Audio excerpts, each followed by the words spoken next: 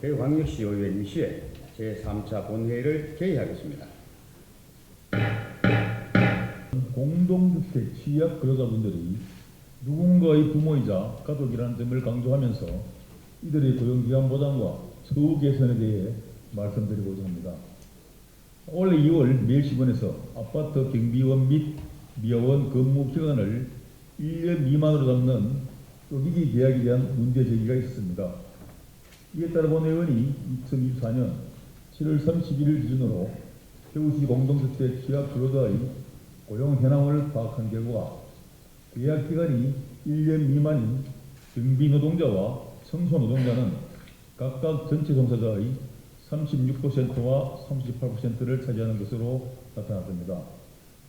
총 3,600여 명의 공동주택 취약 근로자가 1년 미만의 단기 계약을 맺고 있습니다.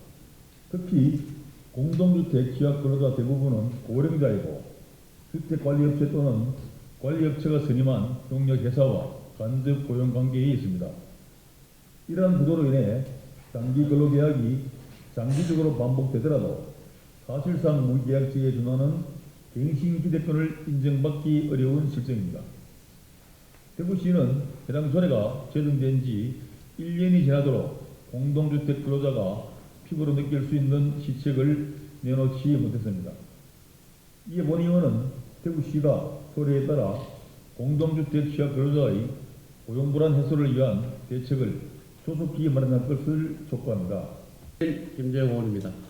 오늘 본회의는 기후변화와 급격한 도시화로 심각해지고 있는 물 부족 문제의 대책으로 물산업의 중요성이 커지고 있는 만큼 이에 따른 예산 및 정책 지원 확대의 필요성을 강조하고 아울러 물산업 육성과 진흥에 필수적인 국가 물산업 기능기관의 설립과 대구 유치를 위한 시의 선제적인 대응을 촉구하기 위해 이 자리에 섰습니다. 물산업은 공공수요에 기반한 산업인 만큼 정부와 지자체의 체계적인 지원이 필수적입니다. 이에 물산업 강국들은 산업 배수 재이용 등 지속 가능한 수자원 활용 방안 개발까지 그 범위를 확대하며 물산업 발전에 노력하고 있습니다. 새로운 물산업의 중요성을 인식한 서울, 부산 등은 대규모 예산을 투입하여 물산업 육성에 박차를 가하고 있습니다. 이에 그동안 물산업을 선도했던 대구시의 위상이 크게 흔들리고 있습니다. 이 상황에서 국가물산업진흥원, 국가초순수 플랫폼 센터 등의 물산업진흥기관 유치 경쟁이 본격화될 경우 대구가 경쟁에서 우위를 점할 수 있다고 장담하기 어렵습니다. 시적인 재정 문제 해결에 집중하고 있으나 이는 근시안적 사고입니다. 공유재산 매각 결정은 결국 부메랑이 되어 지역 주민과 경제에 악영향을 몰고 돌아올 것입니다. 이에 본의원은 대구시가 공유재산 매각 계획을 전면 재검토할 것을 다시 한번 강력히 촉구합니다. 성서 농수산물 집판장은 지역 주민들과 농민들의 생활을 지탱해 온 중요한 자산이며 그 밖에 다른 매각 대상들에 대해서도 과연 시가 주장하는 활용도 낮은 공유재산의 선정 근거가 무엇인지 의문을 품지 않을 수가 없습니다.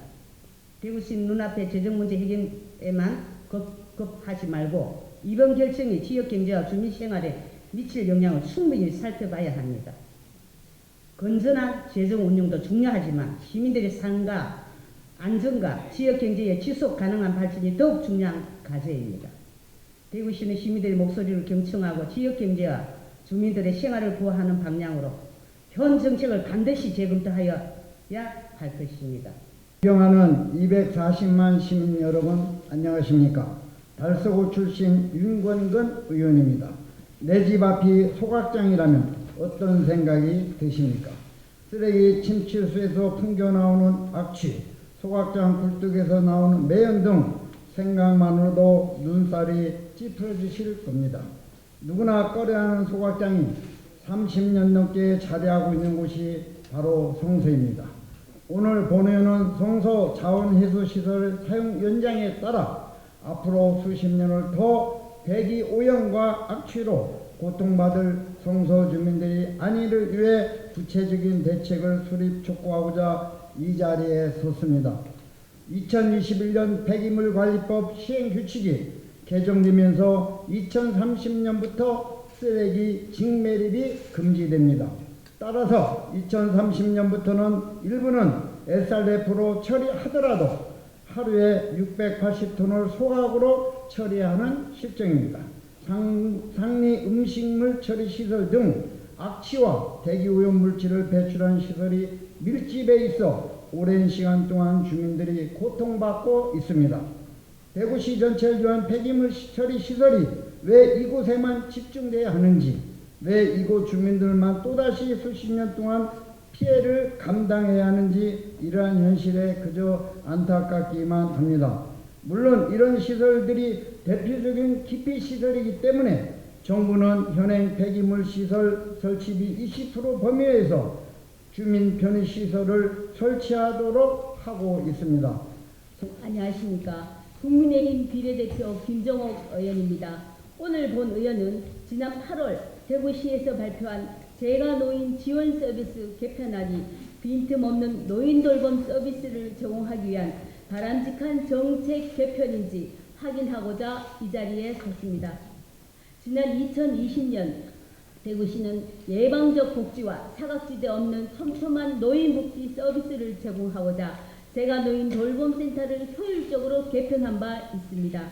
당시 대구시의 권역별 지역 돌봄 책임제 방침에 발맞춰 48개 재가노인 돌봄센터를 34개로 축소 통합 개편하였으며 개편에 따라 필연적으로 발생하는 종사자 고용 문제를 복지법인으로부터 우선 채용 합약서까지 받아가며 적극적으로 나서서 조정하였습니다. 그 결과 대구시와 민간복지법인이 협력하여 타 시도에서도 부러워할 만한 선진형 대구형 재가노인 돌봄 체계를 완성하였습니다.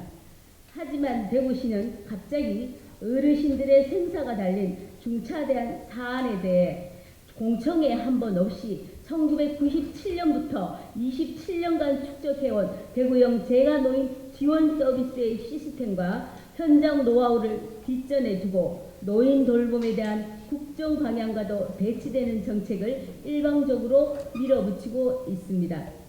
현재 재가노인 지원 서비스를 받던 7,000명의 어르신 중 5,200명 어르신들의 서비스 지원을 중단하고 69명의 사회복지사, 인력 감축 등을 담은 대구시의 개편안에 대해 사회복지계, 학계 전문가, 그리고 저희 동료 의원님들까지도 재가노인 지원 서비스 축소로 인한 노인 돌봄 사각지대 발생을 심각하게 우려하고 있는 실정입니다.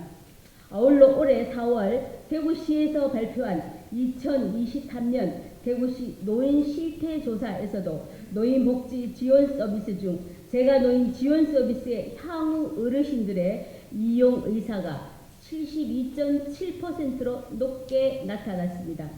그리고 재가노인 돌봄센터도 지난해 25,000건의 사례 관리를 포함해 우수한 실적을 내고 있는 상황입니다. 그럼에도 불구하고 대구시는 왜 서비스 대상 및 내용의 중복성을 내세워 재가노인 지원 서비스를 통합 개편하려는지 본 의원은 도무지 이해를 할 수가 없습니다. 대구시에서는 재가노인 지원 서비스를 국비 지원 사업인 노인 맞춤 돌봄 사업으로 통합하여 투명하고 두터운 돌봄을 시행하겠다고 하였습니다.